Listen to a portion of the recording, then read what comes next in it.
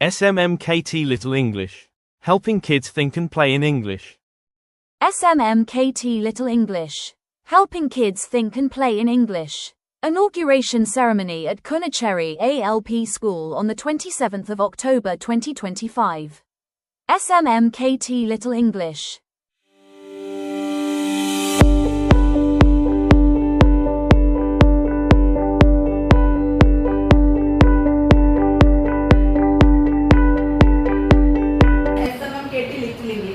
അത് ശരിക്കും KG primary level സ്റ്റുഡൻസിന് വേണ്ടിയിട്ട് നമ്മൾ അതായത് ഇൻസ്ട്രക്ഷണലി ഡിസൈൻ ചെയ്ത ഒരു പാക്കേജ് ആണ്.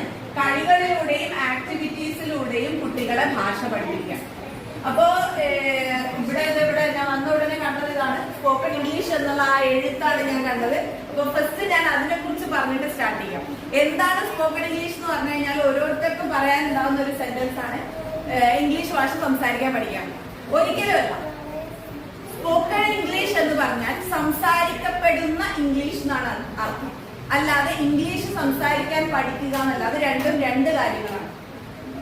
ഇപ്പൊ ഞാൻ ബാംഗ്ലൂരേക്ക് ജോലിക്ക് പോവാണ്, അല്ലെങ്കിൽ ഞാൻ UAE ജോലിക്ക് പോവാണ്, അല്ലെങ്കിൽ ഞാൻ UK പോവാണ്, US പോവാണ്, ജർമ്മനിയിൽ പോവാണ്, ഓസ്ട്രേലിയ പോവാണ്, എവിടെയാണെങ്കിലും ഞാൻ പോകുന്നുണ്ടെങ്കിൽ അവിടെ ഉപയോഗിക്കുന്ന ഇംഗ്ലീഷ് ഭാഷയുടെ ആക്സെന്റ് എൻറ്റയർലി ഡിഫറെന്റ് ആയിരിക്കും. ഞാൻ ഇവിടുന്ന് പറയുന്ന ഇംഗ്ലീഷ് പോയിട്ട് ഞാൻ US പോയി പറഞ്ഞാൽ ഞാൻ പറഞ്ഞു ഞാൻ മലയാളം പറയുന്ന പോലെ തന്നെയായിരിക്കും ഞാൻ പറയുന്ന ഇംഗ്ലീഷ്. ഞാൻ UK പോയി പറഞ്ഞാൽ ഞാൻ ഇവിടുന്ന് മലയാളം പറയുന്ന പോലെ ആയിരിക്കും അവിടെയുള്ള ഇംഗ്ലീഷ്. ഓക്കെ, അപ്പൊ അവിടെ ഏത് ആക്സെന്റ് ആണോ അല്ലെങ്കിൽ ഏത് രീതിയിലാണോ ഇംഗ്ലീഷ് ഉപയോഗിക്കുന്നത് ആ രീതിയിലേക്ക് ഞാൻ എന്റെ ഭാഷയെ, എനിക്ക് അറിയുന്ന ഇംഗ്ലീഷ് ഭാഷയെ മാറ്റിയെടുക്കാൻ വേണ്ടി ഞാൻ എടുക്കുന്ന കോഴ്സിന്റെ പേരാണ് ശരിക്കും സ്പോക്കൺ ഇംഗ്ലീഷ് എന്ന് പറയുന്നത്. അത് തെറ്റായ ഒരു ധാരണയാണ്. സ്പോക്കൺ ഇംഗ്ലീഷ് പഠിച്ചാൽ എന്റെ മക്കൾ ഇംഗ്ലീഷ് സംസാരിക്കാൻ പഠിക്കും. ഒരിക്കലുമില്ല. ഇംഗ്ലീഷ് ഭാഷ പഠിച്ചാലാണ് നമ്മുടെ മക്കൾ ഇംഗ്ലീഷ് സംസാരിക്കാൻ പഠിക്കുക.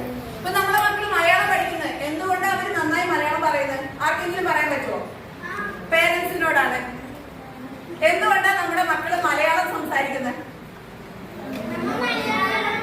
അതെ, അവർ കേൾക്കുന്നത് മലയാളമാണ്, അവര് ഫസ്റ്റ് പറയുന്നത് മലയാള ഭാഷയാണ്, അവർക്ക് അറിയുന്ന ഓരോ സാധനം, അവർ ഭക്ഷണം കഴിക്കുന്ന ഓരോ സാധനങ്ങളും അവര് മലയാളത്തിലാണ് വിളിക്കുന്നത്.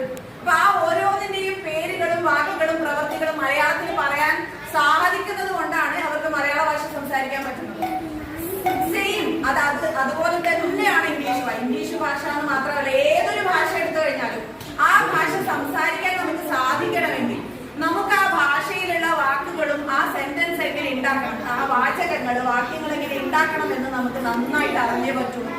അല്ലാതെ ഒരിക്കലും നമുക്ക് എന്ത് ചെയ്യാൻ പറ്റില്ല, സംസാരിക്കാൻ സാധിക്കില്ല.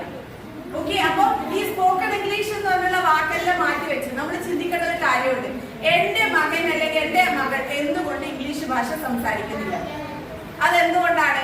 ഇംഗ്ലീഷ് ഭാഷയിൽ ചിന്തിക്കാൻ നമ്മുടെ മക്കൾക്ക് സാധിക്കുന്നില്ല. അതാണ് അതിന്റെ റീസൺ. ഇപ്പൊ ഈ കുപ്പി കാണുമ്പോൾ എനിക്കിത് കുപ്പി എന്നാണ് ഫസ്റ്റ് വന്നത്. കാരണം ഞാനിത് കുപ്പി എന്നാണ് ഫസ്റ്റ് മനസ്സിലാക്കിയത്. പക്ഷെ നമ്മളെ മക്കൾ ഇതിന് കുപ്പി എന്നായിരിക്കും പറയാ. ബോട്ടിൽ അല്ലെ, അധിക കുട്ടികൾ അത് ബോട്ടിൽ. ആ ബോട്ടിൽ എന്ന് പറഞ്ഞ വാക്ക് ശരിക്കും മലയാളമാണോ? അല്ല, ഇംഗ്ലീഷ് ആണ്.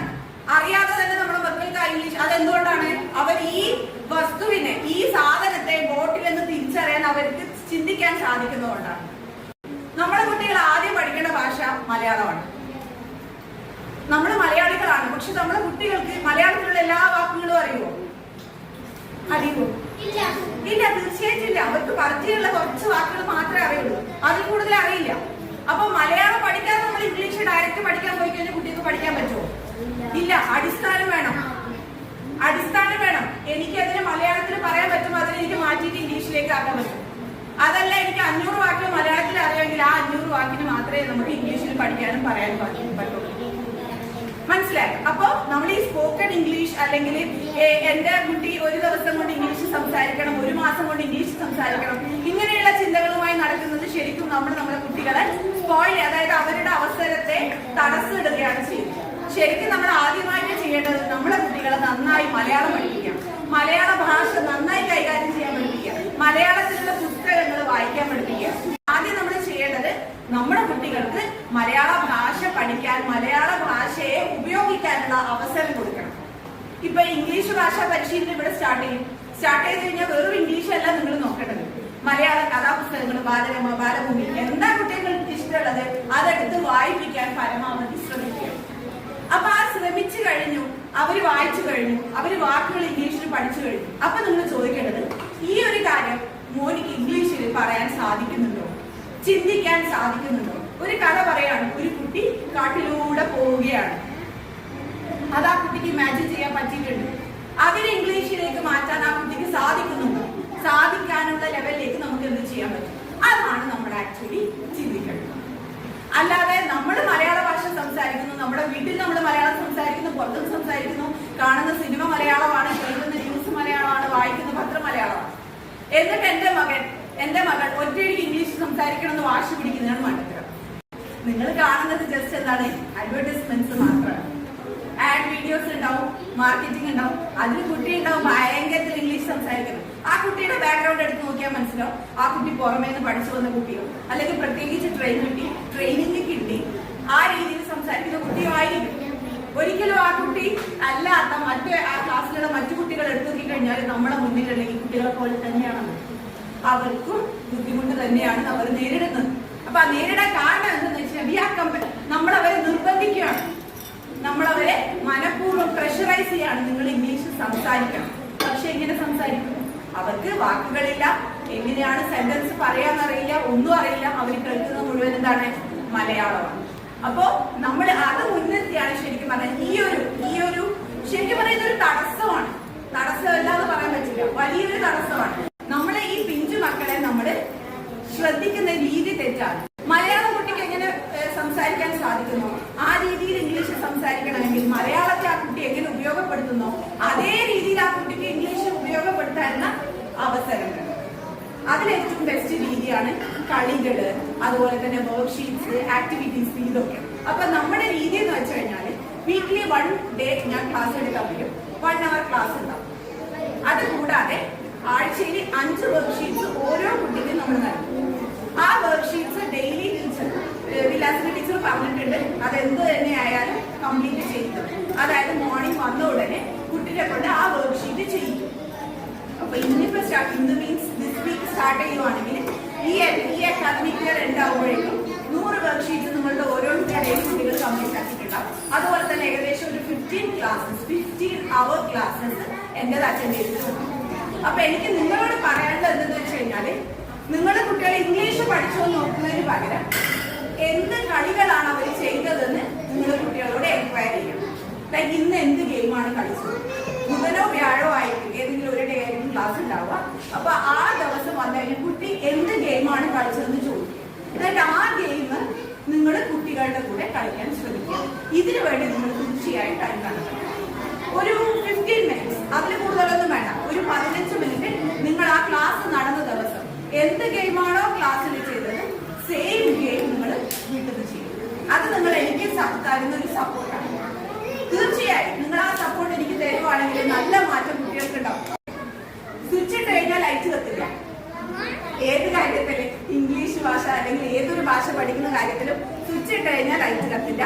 ശരിക്കും നമ്മൾ കുറച്ചു നേരം പ്രയത്നിക്കുക തന്നെ വേണം. ഇനി ഈ ഞാൻ പറഞ്ഞതിൽ എന്തെങ്കിലും സംശയം നിങ്ങൾക്ക് ഉണ്ടെങ്കിൽ ചോദിക്കാം.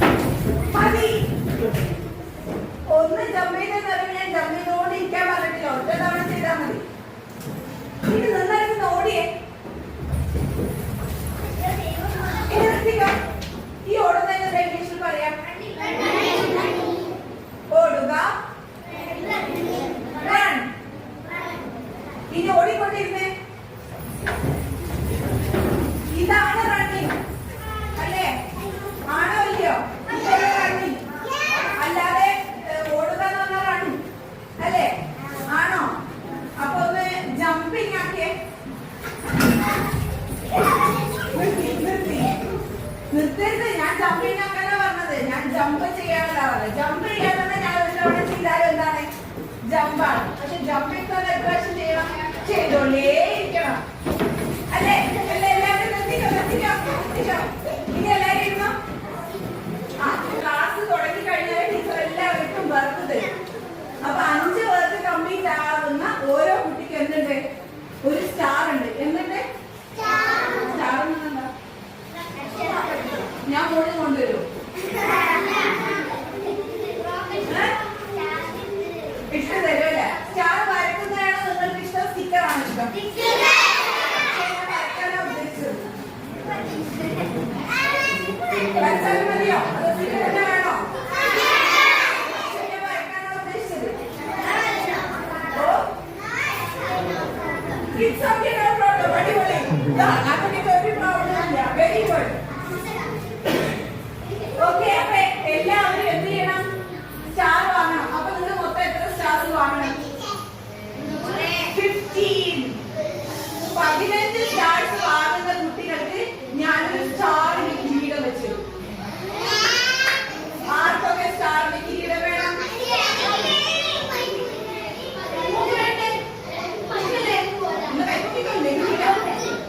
അപ്പൊ എന്തെങ്കിലും കൈ താഴ്ത്തിക്കോ, ഇരുന്നോ.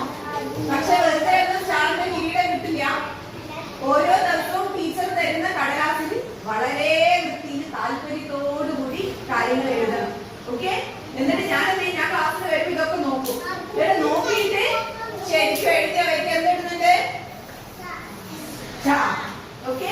സ്റ്റാറിന്റെ സ്റ്റിക്കർ തന്നെ വേണോ, അത് എഴുതിയാൽ മതിയോ? പക്ഷെ ഞാൻ എഴുതാനാണ് തീരുമാനിച്ചത്. ഓക്കെ?